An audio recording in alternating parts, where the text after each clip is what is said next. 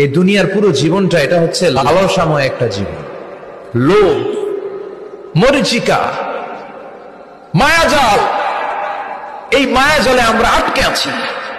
ফলে মৃত্যুর কথা আমরা ভুলে গিয়েছি, পাগলের মতো ছুটছি। আরো টাকা লাগবে, আরো খ্যাতি লাগবে, আরো যশ লাগবে, আরো দাপট লাগবে। আমার এত টাকা দিয়ে কি হবে?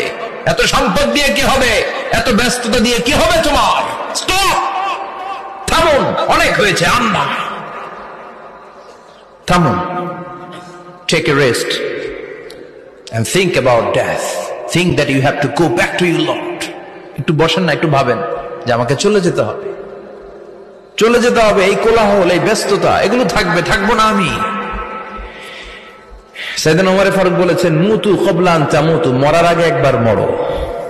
হাসিবু ক্বাবলা আন তুহাসাবু আলাইকুম, তোমার হিসাব নেওয়ার আগে তুমি একবার নিজের হিসাবটা করো না।